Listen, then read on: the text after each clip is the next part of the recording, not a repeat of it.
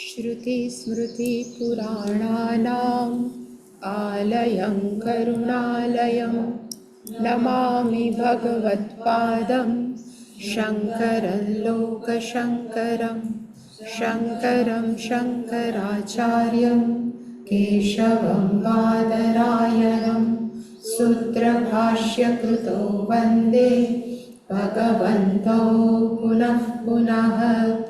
ईश्वरो गुरुरात्मेति मूर्तिभेदविभागिने व्योमवद्व्याप्तदेहाय दक्षिणामूर्तये नमः। गुकारस्त्वन्धकारो वै ऋकारस्तन्निवर्तकः अन्धकारनिरोधित्वात् गुरुरित्यभिधीयते। सदाशिवसमारम्भां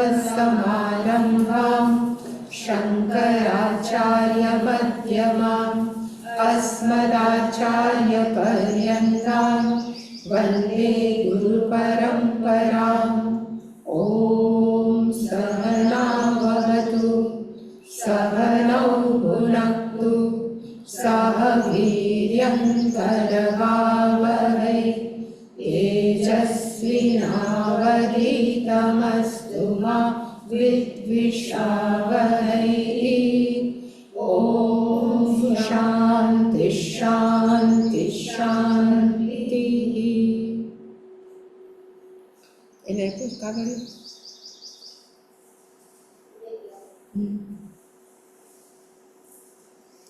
सर्गस्थितिप्रलयहेतुमचिन्त्य शक्तिं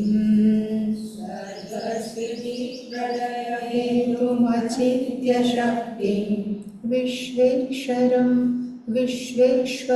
विदितविश्वमनन्तमूर्तिम्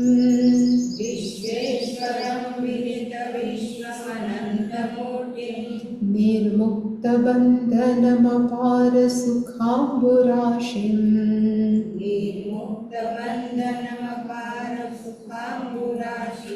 श्रीवल्लभं विमलबोधघनं नमामि।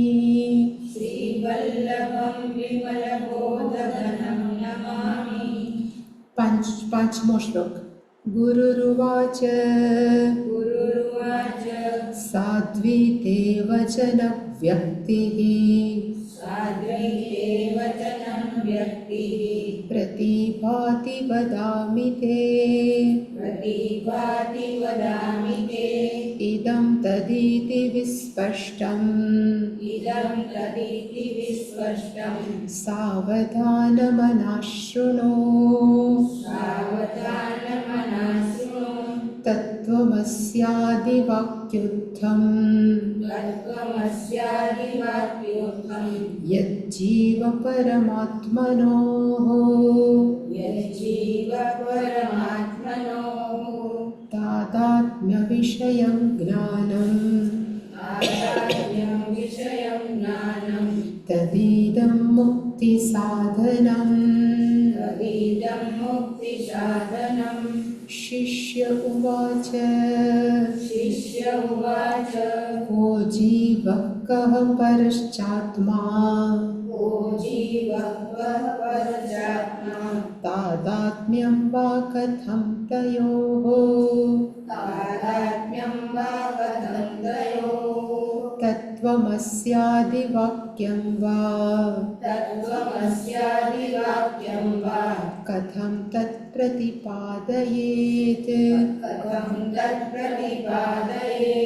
गुरुरुवाच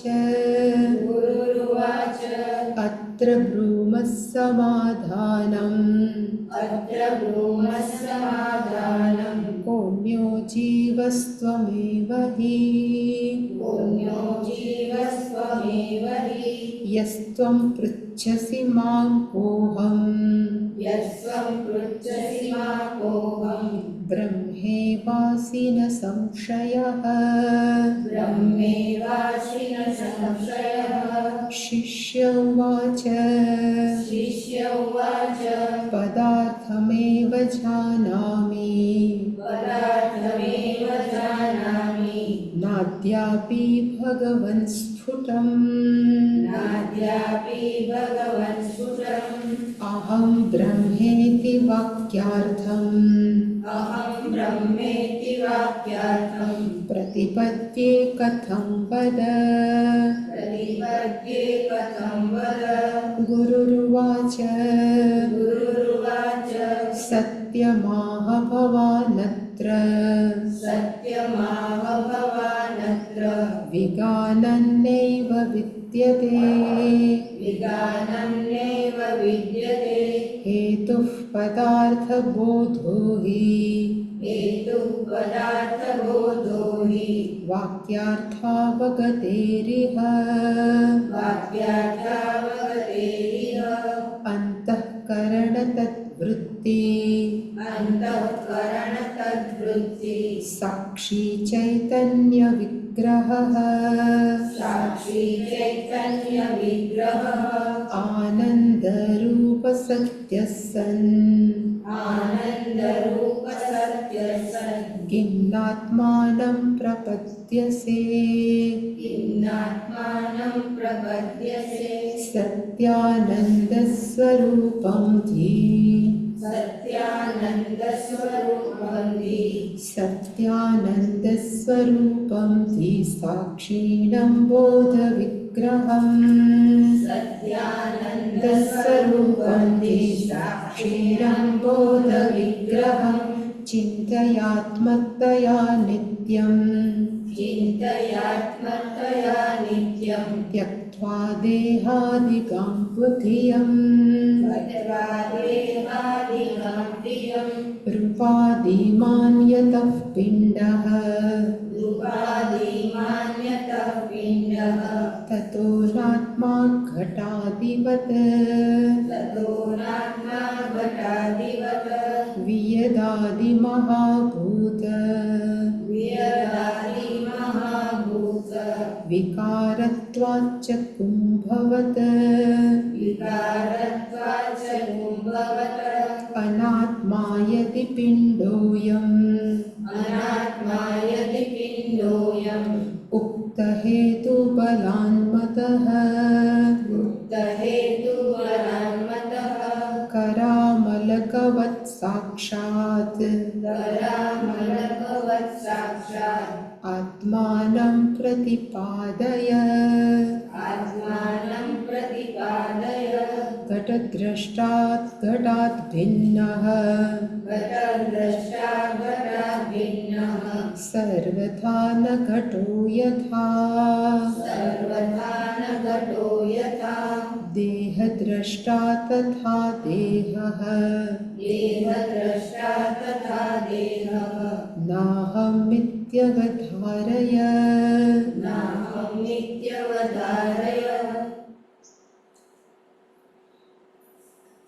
ત્રીજા અને ચોથા શ્લોકની અંદર શિષ્યે ગુરુને પ્રશ્ન કર્યો હતો કે એવું તમે મને સહેલાઈથી કંઈક ઉપદેશ આપો જેથી કરીને હું સંસારરૂપી બંધનમાંથી હું છૂટી જાઉં. અને પાંચમા અને છઠ્ઠા શ્લોકની અંદર ગુરુએ શિષ્યને એવું કીધું કે તે જે પૂછ્યું છે એ અત્યંત ઉત્તમ છે. તે વચન વ્યક્તિ સાધ્વીનો અર્થ થાય ઉત્તમ છે. વદામી તે હું તને તે જે પૂછું છું એનો જવાબ હું આપીશ. અને માત્ર તારે શું કરવાની જરૂર છે તો કે સાવધાન મનાહા શૃણુ, તું સાંભળ, પણ કેવી રીતે તો અત્યંત સાવધાન મનથી. અને હું તને કેનું જ્ઞાન આપીશ તો કે ઇદમ તત ઇતિ. ઇદમ એટલે કે આ, તત્નો અર્થ થાય તે, હું તને એનું જ્ઞાન આપીશ. સાવધાન મનથી સાંભળ.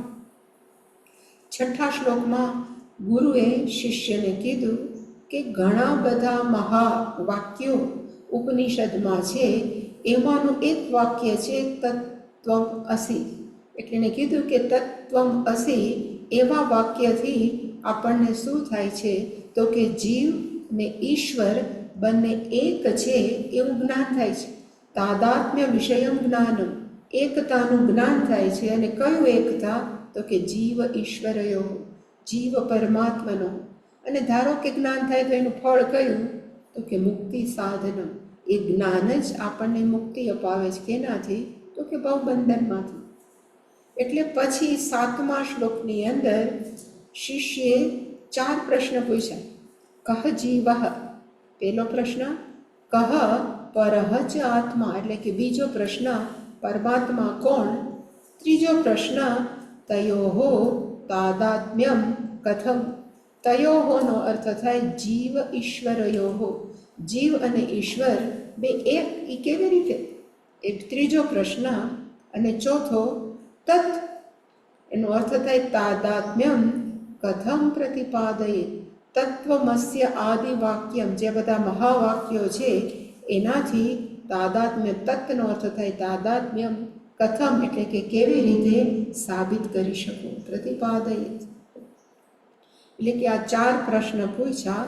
પછી ગુરુજીએ કીધું કે પેલો જવાબ એણે આપ્યો કે 8માની અંદર શ્લોકની અંદર, અને એને કીધું કે બ્રૂમઃ. ઇંગ્લિશમાં બ્રૂમ એટલે શું થાય ખબર છે?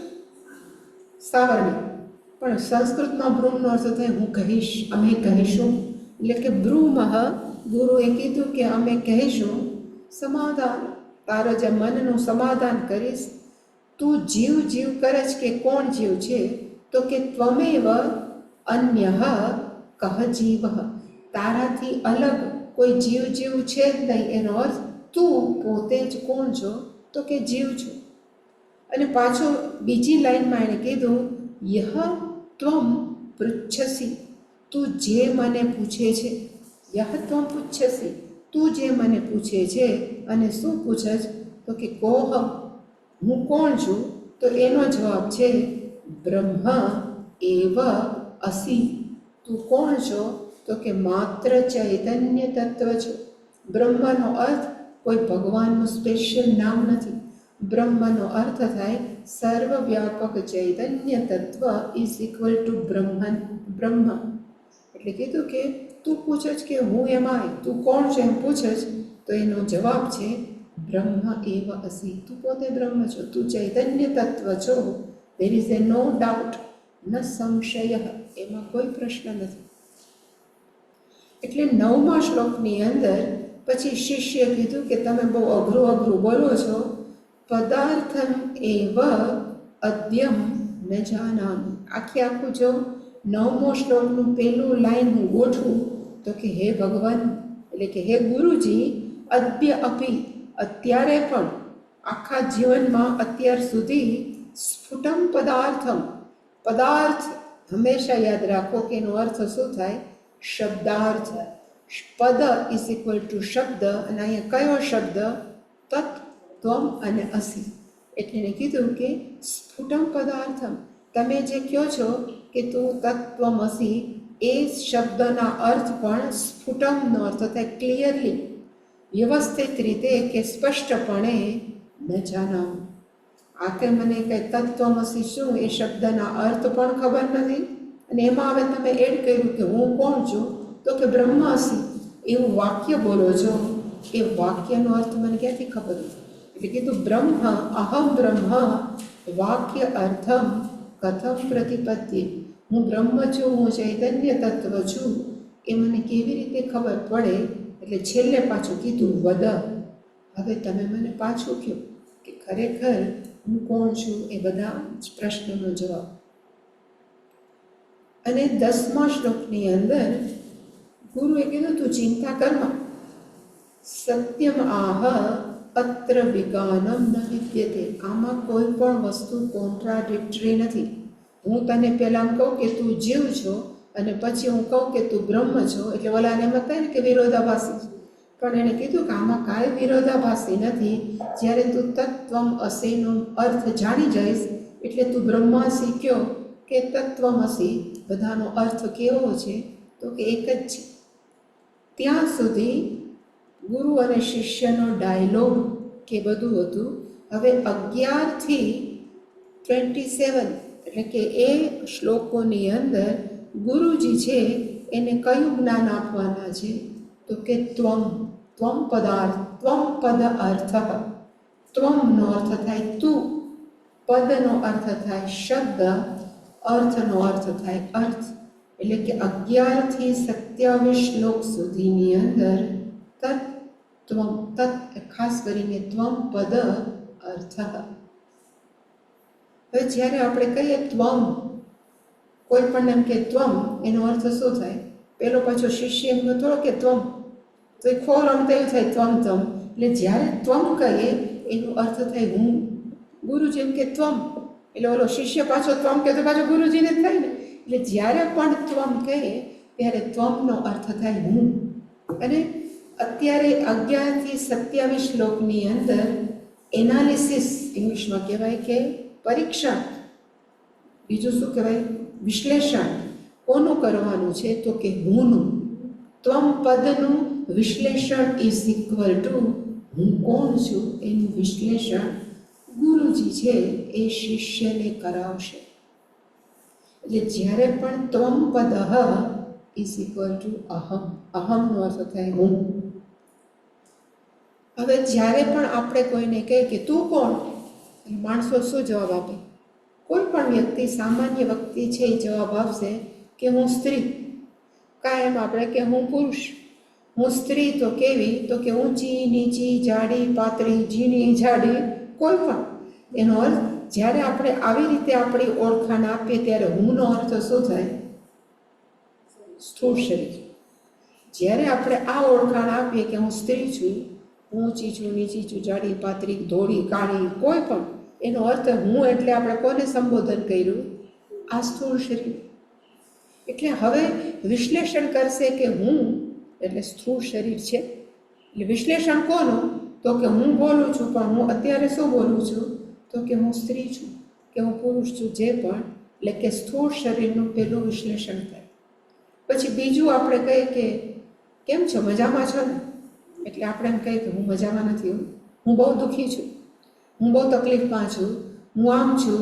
એટલે કે આપણે આપણા મનની સ્થિતિ હું તરીકે બીજાને રજૂ કરી. ત્યારે હુંનો અર્થ શું થાય? તો કે મન. હુંનો અર્થ ક્યારેક શું થાય? તો કે બુદ્ધિ. એટલે જ્યારે કહે કે ત્વમ પદ અર્થ અથવા ત્વમ પદ વિશ્લેષણ, એના અર્થ શું થાય? તો કે હું કોણ છું એનું એનાલિસિસ, કે હું કોણ છું એનું વિશ્લેષણ. એ 11 થી 27 શ્લોકની અંદર આપણે જોશું. પણ આ બધી જે ટેક્સ્ટ છે ને તત્વબોધ જેવી નથી.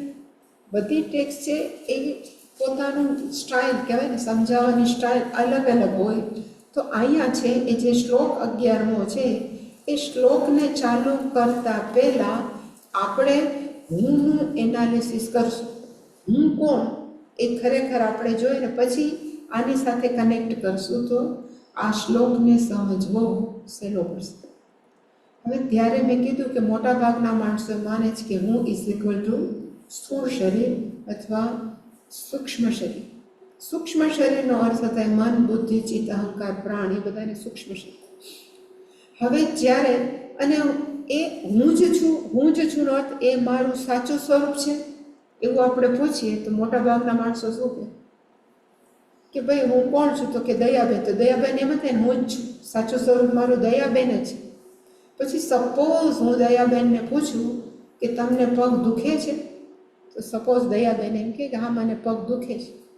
પછી આપણે એને પૂછીએ કે તમે ઊંઘી જાઓ ત્યારે પગ દુખે છે? દુખે? ન દુખે. તો હું સ્થૂળ શરીર જો મારું સાચું સ્વરૂપ હોય તો ઊંઘમાં પણ મને પગ દુખવા જોઈએ, પણ ઊંઘી જાય ત્યારે આપણું તાદાત્મ્ય સ્થૂળ શરીર સાથે છૂટી જાય છે. એટલે જ આપણને પગના, શરીરના, માથાના દુખાવા યાદ આવતા નથી. એનો અર્થ શું થાય? સીધો ને સહેલો કે સ્થૂળ શરીર હું નથી. કારણ કે સ્વરૂપની એક વ્યાખ્યા છે. સ્વરૂપ એટલે કે આપણું વાસ્તવિક સ્વરૂપની એક વ્યાખ્યા છે જે 24 કલાક મારે ભેગું રહે, જે ક્યારેય મારાથી છૂટું ન પડે ને એને કહેવાય સ્વરૂપ. યદ રૂપમ યેન નિશ્ચિતમ તદ રૂપમ ન વ્યભિચરતિ તદ રૂપમ સ્વરૂપમ. તૈત્રીય ઉપનિષદમાં વ્યાખ્યા છે. હવે પહેલાં મેં કીધું હતું કે અગ્નિનું સ્વરૂપ કયું, તો કે ઉષ્ણ. પછી 5000 વર્ષ પહેલાં એ અગ્નિ ગરમ હતો, અત્યારે ગરમ છે, અને પછી હજારો વર્ષ પછી પણ અગ્નિનું સ્વરૂપ કેવું, તો કે ગરમી. ન વ્યભિચરતી, એમાંથી ક્યારેય છૂટું ન પડે. એવી જ રીતે મીઠા કે સોલ્ટ કે નમકનું સ્વરૂપ કયું, તો કે ખારું. પછી પહેલાંય ખારું હતું, અત્યારે ખારું છે, ને પછી એ ખારું જ રહે. એને અર્થ કે સ્વરૂપની વ્યાખ્યા કઈ, તો કે જે હંમેશા આપણી સાથે રહે એને કહેવાય સ્વરૂપ. એવી રીતે કાયમ હું કરું છું, તો હું સ્ત્રી છું, મારું શરીર દુખે છે, એ જો આપણને ઊંઘમાં યાદ ન આવતું હોય તો હું શરીર એ આપણું વાસ્તવિક સ્વરૂપ નથી.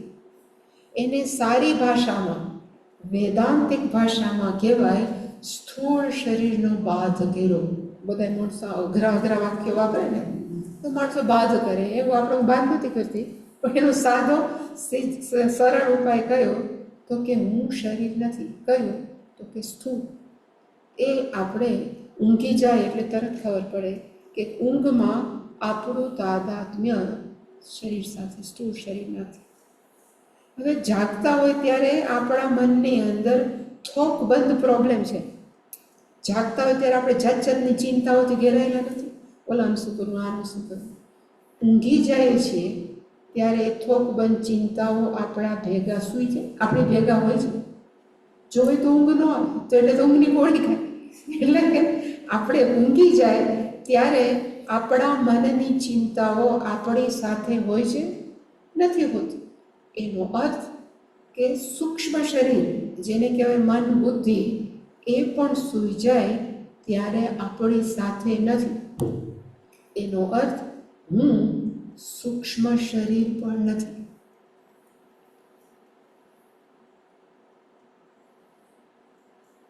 શારીરિક દુઃખે ઊંઘમાં યાદ નથી, માનસિક દુઃખ પણ ઊંઘમાં યાદ નથી.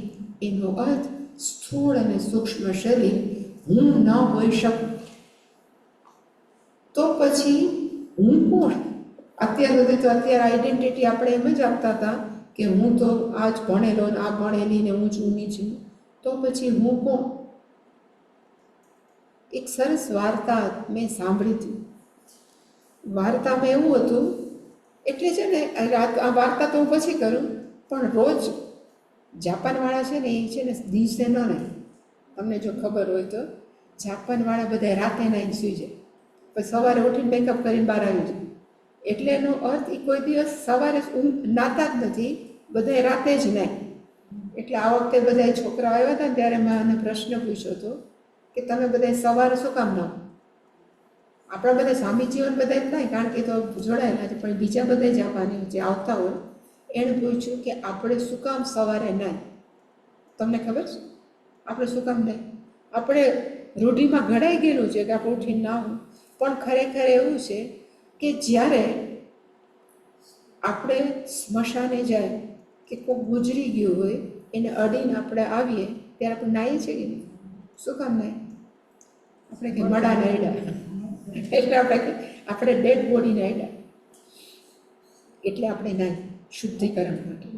આપણે સૂઈ જાય ત્યારે સ્થૂળ શરીરે આપણા ભેગું નથી, આપણે સૂક્ષ્મ શરીર નથી, એટલે સૂતા હોય શરીર કેવું છે? મળદું જ છે.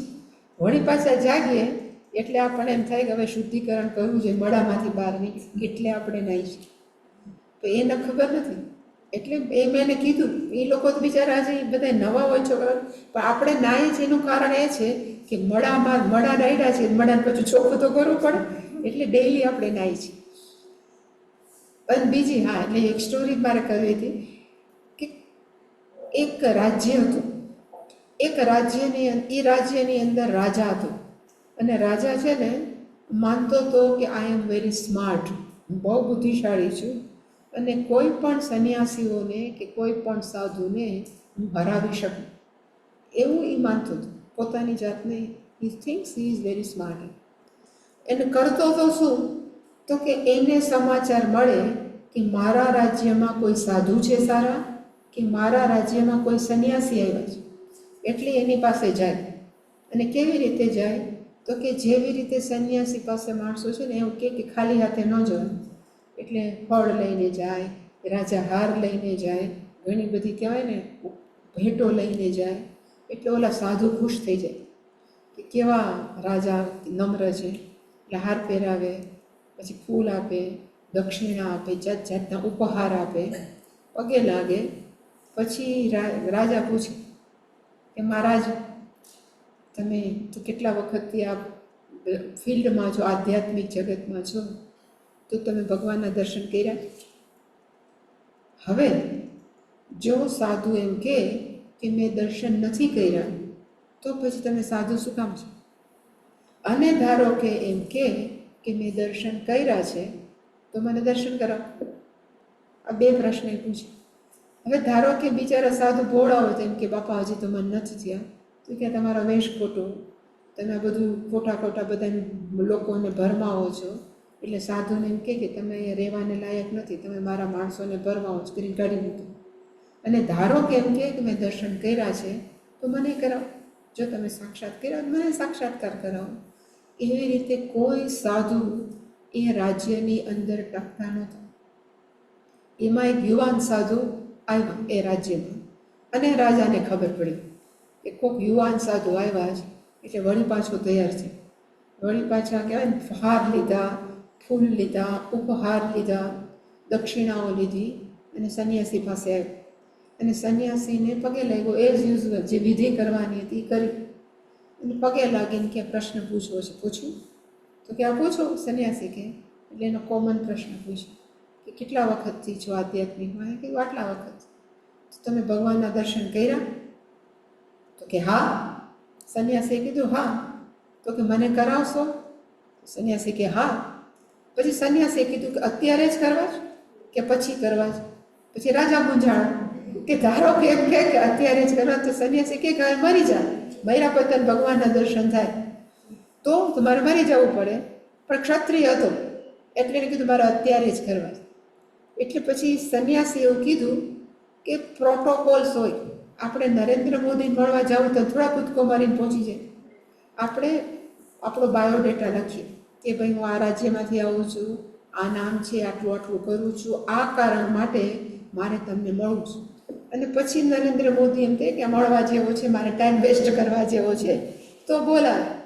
એવી રીતે સંન્યાસીએ કીધું કે તમને ખબર છે ભગવાન તો સૌથી મોટા રાજા છે, તો મોટા રાજા પાસે તમારે જો પર્સનલ મુલાકાત લેવી હોય તો તમે તમારો બાયોડેટા આપો.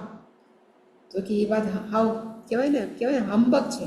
એ ભગવાન પાસે થોડા બાયોડેટા હોય. તો કે તાર દર્શન કરવા હોય તો કે નહીતર પછી વયો જાય.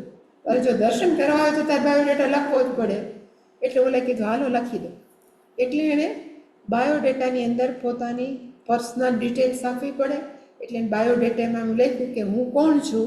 તો એણે કીધું કે મારું નામ મહેન્દ્રસિંહ છે, મહેન્દ્રસિંહ સમથિંગ, પણ રાજા છો મહેન્દ્રસિંહ. તો ઓલા પછી એને લખ્યું કે મારી વાઈફનું નામ, એના જે પત્ની છે એનું નામ શું હોય? કોઈક પાડી આપણે નામ, દયાબા. આપણને એક જ નામ આવડે છે. તો મારા વાઈફનું નામ કેવું છે? તો કે દયાબા. બા આવે એટલે રજપૂત, દયાબા છે. મારા 2 બાળકો છે, એક દીકરો છે ને એક દીકરી છે. એનું નામ એને લખ્યું. એક નામ આપો. દીકરાનું નામ ના કુમાર, કંઈક કુમાર શાહ, કુમાર સાહેબ કેવું કંઈક. પછી એને લખ્યું એના બાયોડેટા. પછી મારું રાજ્ય છે, એ રાજ્યની અંદર માણસો કેટલા છે? તો કે સપોઝ 1 લાખ રાખીએ આપણે કે 1 લાખ છે એ મારા રાજ્યની અંદર માણસો છે. મારો ખજાનો કેટલો છે? તો અમુક સોના મોર છે, અમુક જ્વેલ્સ છે, મણી છે, માણી છે, બધું એને લખ્યું. પછી ક્ષેત્રફળ કેટલું છે મારા રાજ્યનું? તો સપોઝ આપણે લખીએ કે ભાઈ 1000 કિલોમીટર, એ જેટલું મારા રાજ્યનું ક્ષેત્રફળ છે.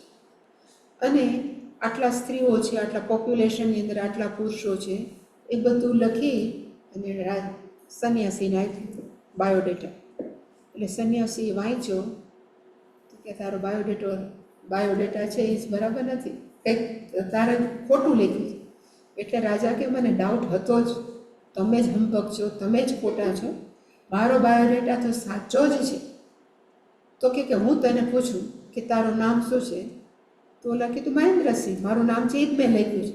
પણ તારું નામ મહેન્દ્રસિંહ ન હોય અને તારું નામ તારી માએ રાજેન્દ્રસિંહ રાખ્યું હોત તો કે હું તો હું જ છું. એમ રાજેન્દ્રસિંહ રાખો તો મહેન્દ્રસિંહ રાખો, હું જ છું.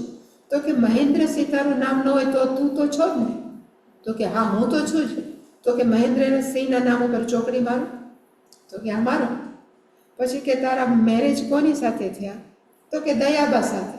પણ કદાચ તારા પેરેન્ટ્સે તારા લગ્ન પદ્માબા સાથે રાખ્યા હોત તો તું ન હોત. તો કે આ તો મારા વાઈફનું નામ છે, આ એની છે. તો કે તો પછી દયાબા કયો કે પદ્માબા કયો કે આ તો તારું ઘરવાળાનું નામ છે, એમાં તારું તો કાંઈ નથી ને?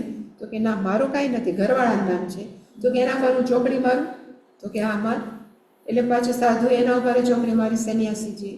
પછી કીધું કે તારી દીકરીનું નામ તે લખ્યું કલાવતીબા છે, પણ કલાવતીબાનો માનવતીબા હોત બીજું નામ તે રાખ્યું તારા વાઈફે બીજું રાખ્યું હોત તો કે એ હોત, એ ગમે એ પણ એ હોત તો એ તારી ઓળખાણ તો ન થઈ ને? તો ગમે એ નામ રાખે તારી ઓળખાણ તો ન થઈ ને? તો કે ન થઈ. તો કે કલાવતી ઉપર હું ચોકડી મારું? તો કે હા. પછી એવી જ રીતે કુમાર દીકરાનું નામ રાખ્યું હતું. તો કે સપોઝ કુમારને બદલે બીજું નામ ક્યાં હોય? વિજય સાહેબ. વિજય સાહેબ રાખ્યું તો એ હોત તારો દીકરો તો હોત ને? તો કે હા હોત જ. એટલે તો કે તે કુમાર ખોટે ખોટું તારા દીકરાનું નામ લખ્યું છે, તારો બાયોડેટા સાચો નથી? તો કે ના નથી. પછી એવું લખ્યું હતું કે મારી પાસે આટલો બધો કોષ છે, એનું કે આટલું બધું મારે શું કે ભંડાર છે, તિજોરીમાં આટલા પૈસા છે. ધારો કે તું બાવો થઈ ગયો હોત, ધારો કે સેના આવી અને તને હરાવી દીધી હોત, તારી પાસે તારું કે તિજોરી ન રહે તો તું ન હોત? તો કે તો હું કહું છું અમારો ખજાનો છે, હું ક્યાં છું? તો કે તે ખજાનો પર ચોકડી મારું ને? તો કે હા. પછી તે એવું લખ્યું છે કે મારા રાજ્યની પોપ્યુલેશન વસ્તી 1 લાખની છે. ધારો કે 2 લાખની હોત તો? કે ધારો કે 50,000ની 80,000ની હોત તો તું ન હોત? તો કે મેં કેટલી વાર કીધું કે અમારા રાજ્યની પોપ્યુલેશન છે. તો કે આ તારી તો નથી ને? તો કે ના. તો કે પોપ્યુલેશન ઉપર ચોકડી મારું? તો કે હા. પછી એવું લખ્યું કે મારા રાજ્યનું ક્ષેત્ર પણ 1000 કિલોમીટર છે. ધારો કે પાછો કોક સૈન્ય આવ્યો, બીજો રાજા તને હરાવ્યો અને કાઢી મૂક્યો, તો એ 1000 કયો કે તને જંગલમાં મોકલી દીધો, તારું શું થાય? તો કે મેં કેટલી વાર કીધું કે આ મારું નથી, પણ આ તમારા રાજ્યનું ક્ષેત્રફળ. તો કે એના પર ચોકડી મારી દઉં ને? તો કે હા મારી દઉં. બધા ઉપર ચોકડી મારી. પછી કે તે આ બધું તારો બાયોડેટા લખ્યો એમાં બધી તે ચોકડી મારી, તો ખરેખર તું કોણ છે? તો પહેલી વાર એને માથું ભંજાણું કે હા મને ખબર નથી હું કોણ છું.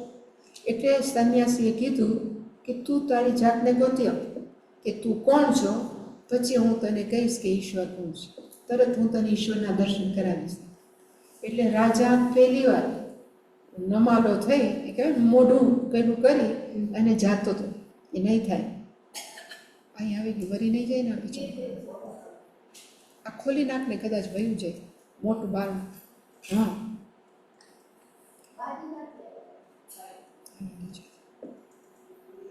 એકવાર મરી ગયું, ખોલ બારણું ખોલી આવો. એટલે પછી ગુરુજીએ ઓલા સંન્યાસીને કીધું કે તું જ્યારે હું કોણ છું એ જાણી આવીશ ને ત્યારે ઈશ્વર કોણ છે ને તું મને પૂછવા નહીં આવ, કારણ કે તું ને ઈશ્વર બે કેવા છો? તો કે એક જ. એટલે અત્યારે જે હું કોણ છું એનું વિશ્લેષણ કરીએ છીએ, એ વિશ્લેષણ કરતાં કરતાં પછી આપણે જે વિશ્લેષણ કરશું ઈશ્વર સાથે પહોંચશું. એટલે કે ત્વમનું વિશ્લેષણ છે. કોનું વિશ્લેષણ છે? તો કે હુંનું. અત્યારે છે એ હુંનું છે. એટલે કે હુંનું સાચું સ્વરૂપ કયું? આપણે જે પૂછીએ છીએ ને, રાજા એમ કહે છે કે હું છું, પણ સાચું સ્વરૂપ ખબર નથી પડી. તો હુંનું સાચું સ્વરૂપ કયું? તો કે જે બધી જ વખતે 24 કલાક 365 દિવસ ઓલ ધ ટાઈમ આપણી સાથે રહે, એ આપણું સાચું સ્વરૂપ. તો આપણું સાચું સ્વરૂપ આપણે કેવી રીતે નક્કી કરીએ?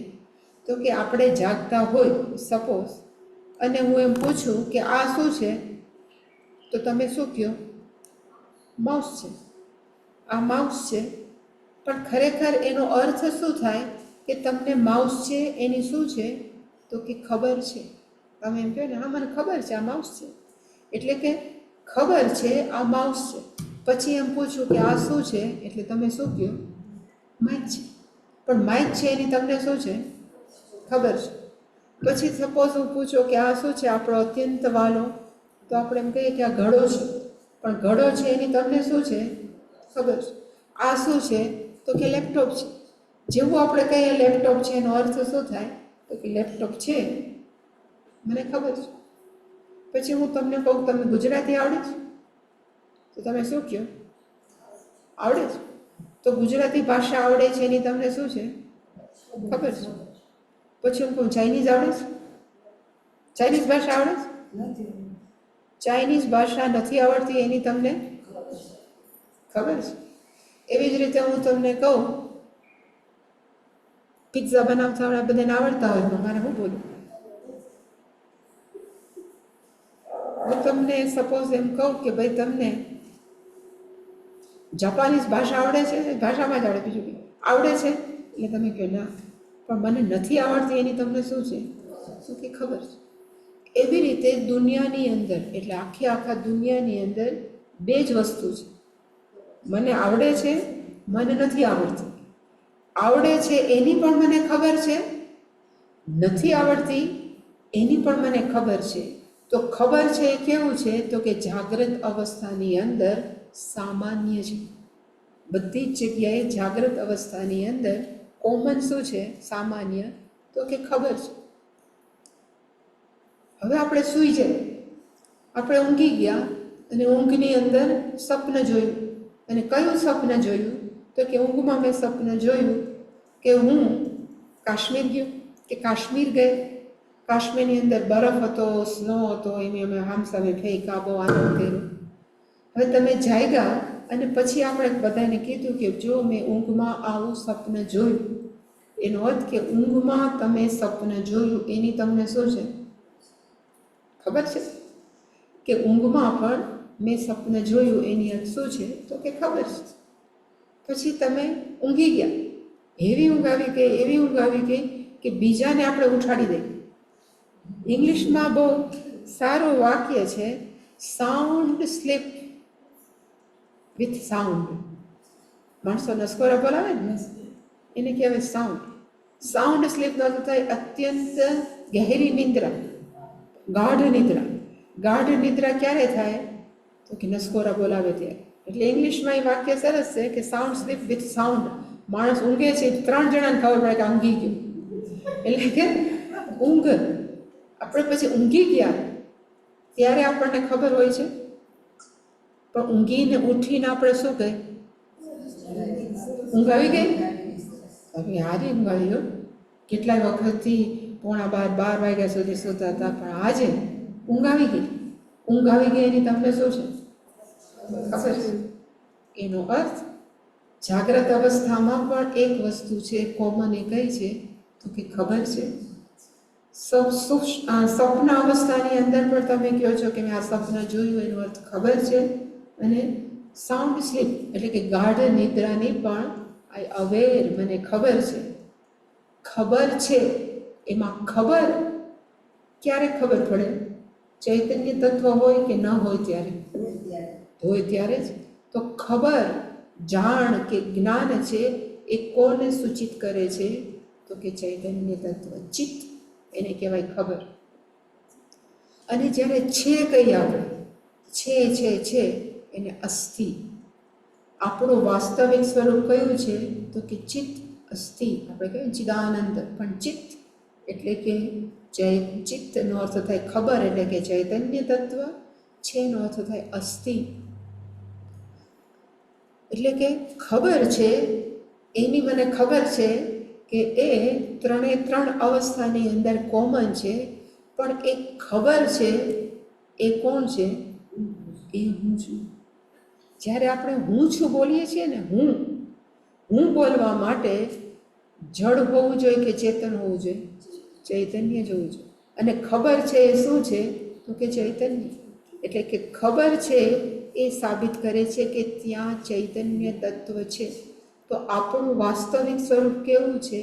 તો કે ચૈતન્ય. અને ચૈતન્ય કેવું છે?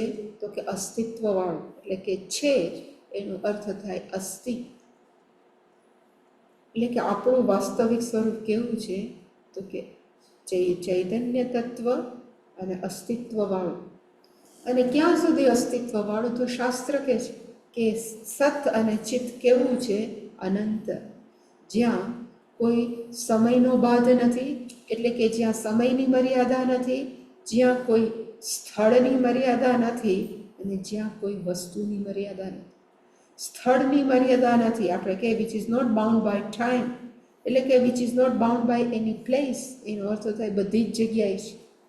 તો હું છું, ખબર છે, એ ચિત્ત અને સત કેવું છે? સર્વવ્યાપક છે.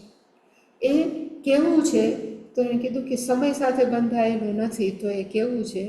જન્મ મૃત્યુ વગરનું, એટલે કે નિત્ય. જેનો જન્મ છે એ હંમેશા સમય સાથે સંકળાયેલો હોય. આપણે પૂછ્યું ક્યારે જન્મા? અમુક વર્ષો પછી આપણને ક્યારે જન્માય કેવું ન ગમે, ગઢા થઈ ગયા હોય ને. અને નાના છોકરા કે હમણાં જો 2 વર્ષ પહેલાં જન્મ, 2 વર્ષ ટાઈમ બતાવે. એટલે જ્યારે પણ આપણે કહીએ કે ક્યારે, ઇટ ઓલવેઝ ઇન્ડિકેટ ટાઈમ. એનો અર્થ જ્યારે આપણે કહીએ કે હું છું, એ સમય સાથે બંધાયેલું નથી, એનો અર્થ એનો જન્મ પણ નથી, અને જન્મ ન હોય તો મરવાનો પ્રશ્ન જ નથી. એટલે એને નિત્ય કહે છે. નિત્ય શું કામ? તો કે અજહ અમૃત, જન્મ વગરનું, મૃત્યુ વગરનું, એને કહેવાય નિત્ય. અને છેલ્લું કયું? તો કે એકમ, એ કોઈ વસ્તુ સાથે બંધાયેલું નથી. એ કોણ છે? તો કે એકમ. આ બધું જ વર્ણન કોનું થાય છે? હું છું, ખબર છે. એ આપણું વાસ્તવિક સ્વરૂપ છે.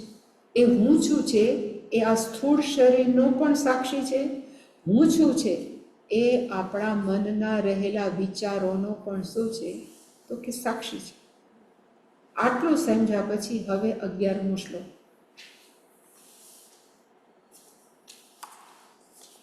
ગુરુજીએ કીધું અંતઃકરણ તદ્વૃત્તિ. અંતઃકરણ આપણને બધાને ખબર છે કે અંતઃકરણનો અર્થ થાય મન, બુદ્ધિ, ચિત્ત, અહંકાર.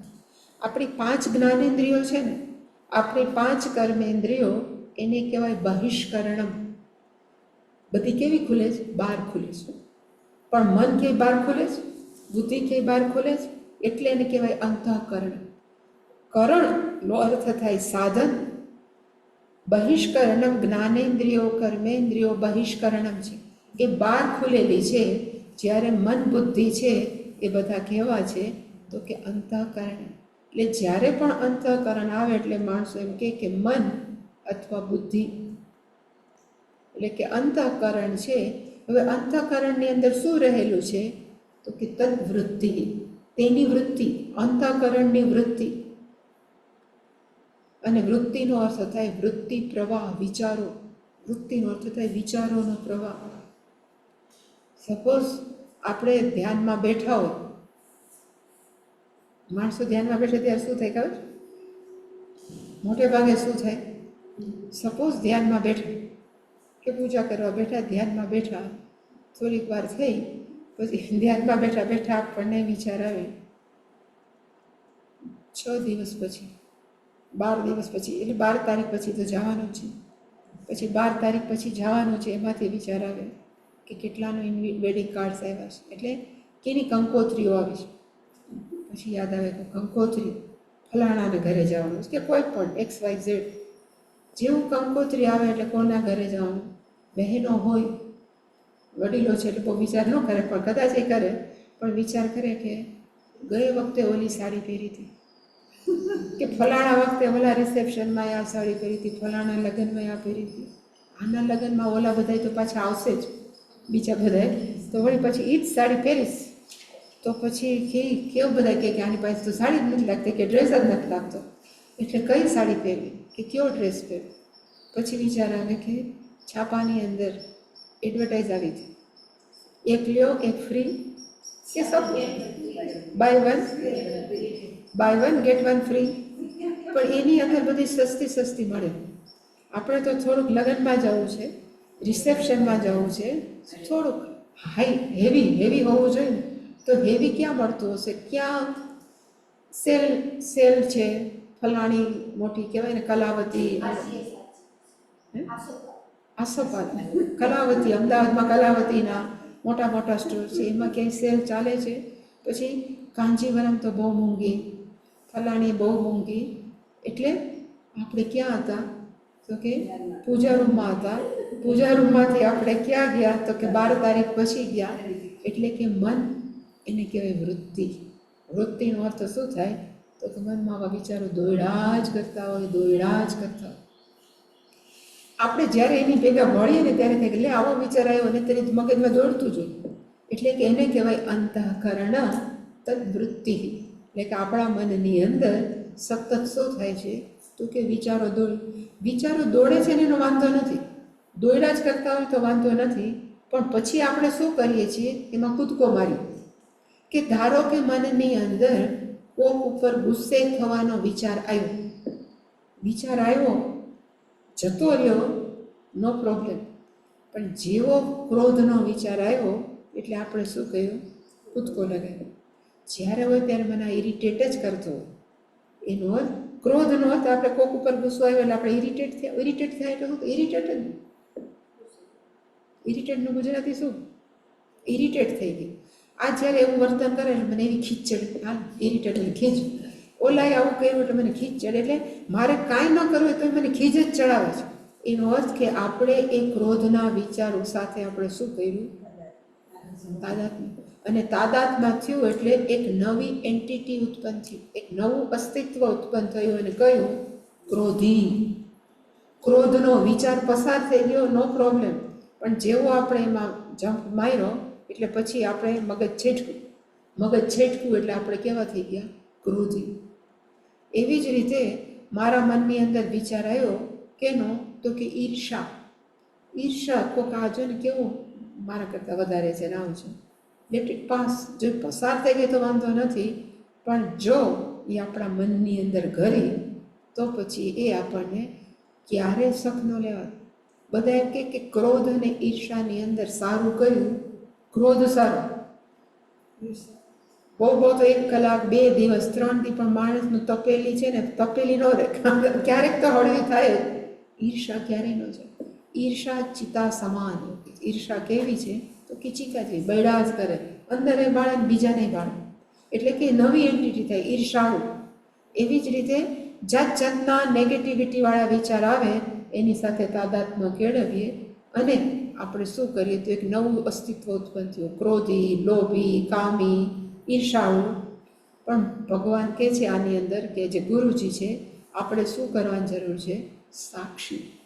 ખરેખર આપણું પોતાનું કાર્ય, ખરેખર આપણું વાસ્તવિક સ્વરૂપ કેવું છે? તો કે ખબર છે એનો અર્થ ચૈતન્ય તત્વ છે, એ અસ્તિત્વ છે. એના થકી જ મન છે એ ચેતનવંતું છે. આપણે મન નથી. આપણા સાનિધ્યથી, ચૈતન્ય તત્વના સાનિધ્યથી મન છે એ ચેતનવંતું છે. પણ આપણે એની સાથે તાદાત્મ્ય કેળવીને એક નવી વસ્તુઓ, વ્યક્તિત્વ ઊભા કરીએ છીએ. ખરેખર આપણે કેવા છીએ? તત્સાક્ષી. એટલે કે એના પછીનો શબ્દ છે અંતઃકરણમ. નો અર્થ થાય મન. મનની અંદર શું છે? તો કે તદ્વૃત્તિ. જાતના વિચારો છે, એનો ખરેખર આપણે કેવા છીએ? આપણું વાસ્તવિક સ્વરૂપ તો કે તદ સાક્ષી. સાક્ષીનો અર્થ થાય ક્યાંય ઇન્વોલ્વ નથી, ક્યાંય એની સાથે સંકળાયેલા નથી.